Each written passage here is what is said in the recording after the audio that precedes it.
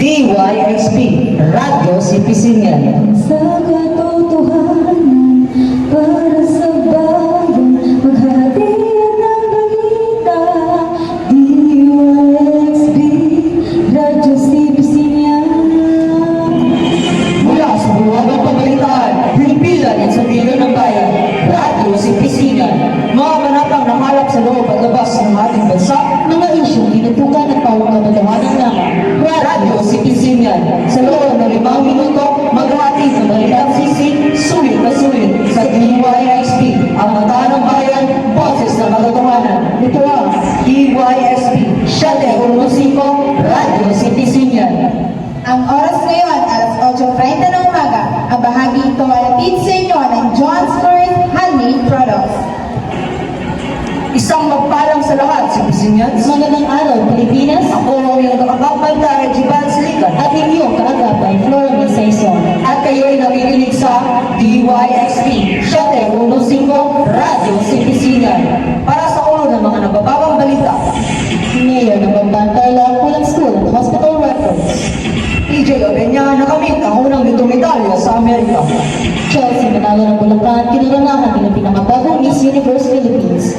Radyo Sipisingan. Para naman sa balitang pambansa, mainit na inaatid sa atin ni Ashley Marvilla. Iron Gamon. Salamat, Flora.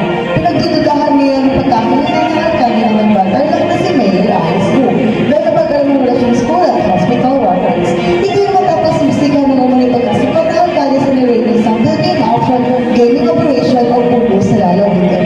Isang pag-iniig na sinabi tinadaw ng Senator Lisa Monteversico kung saan ba siya tinatakat ko sa school provider ng pagkakatakan niya at iguro na mag-homeschool siya. Mula sa Radio Sipisingan ako nga pala si Ashley Rulia, boses ng katotohanan. Radyo Sipisingan.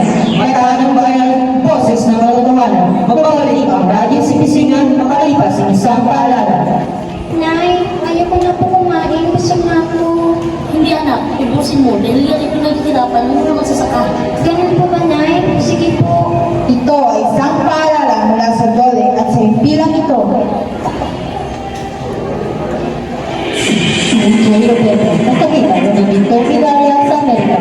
Hindi na hindi may babanto sa ating karaya bihili. Iron Gamon. Salamat, Shimra. Masaglit ni Filipino Pongfoto at Joy Bella ang kaukawahan ng kampionado sa Amerika. Nakuha niya ang unang bintong medalya sa men's Pongfoto Finals sa 2024 USA Track and Field Golf at Kenneth Grand Prix na ginanap sa Drake Stadium dito ang Kalaping Mulo na Mayo sa California. Sa 5.8 World of Vienna, napatawag niya sila American record holder Casey Lightfoot, Saudi record holder Christian Asin El-Hazam, at 2020 Olympic silver medalist Chris Nelson. Papuntahan siya sa Europe para sa iba pang kompetisyon bilang paghahanda na rin sa 2024 Paris Olympics. Mula sa Radyo Sipisingan, Gaya Rihilig, boses ng katotohanan. Radyo Sipisingan. Para naman sa kwentong showbiz, Diseltan, PG Camo. Salamat, Juan. Kinulunahan niya kagabi si Chelsea Manalo ng Bulacan bilang pinakabagong Miss Universe Philippines 2024 sa Mall of Asia ng Pasay City. Si Manalo ang magiging representative ng Pilipinas sa 7th Miss Universe pageant na gaganapin sa Mexico ngayong taon. Tinalo ni Manalo ang 52 kandidato sa kompetisyon para pumalit sa pwesto ni Miss Universe Philippines 2023 Michelle Lee. Samantalang first runner-up naman si Stacey Gabriel ng Cainta, second runner-up si Lisa Manalo ng Quezon Province, third runner-up si Tara Valencia ng Baguio, at fourth runner-up naman si Christy Macleray ng Taguig. At iyan ang pinaka-latest sa mundo ng showbiz. Ako ang nag-iisa at walang kapantay na rin ng chikahan, Giselle Tang. At aniyan ang mga balitang tinutukan sa mas pinalawak na pagsubaybay. Saan man sa mundo, kami ang iyong balita, Jiban Silikan. Flora Saison. Ito ang DYXP, Shate Urmusiko, Radyo Sipisingan.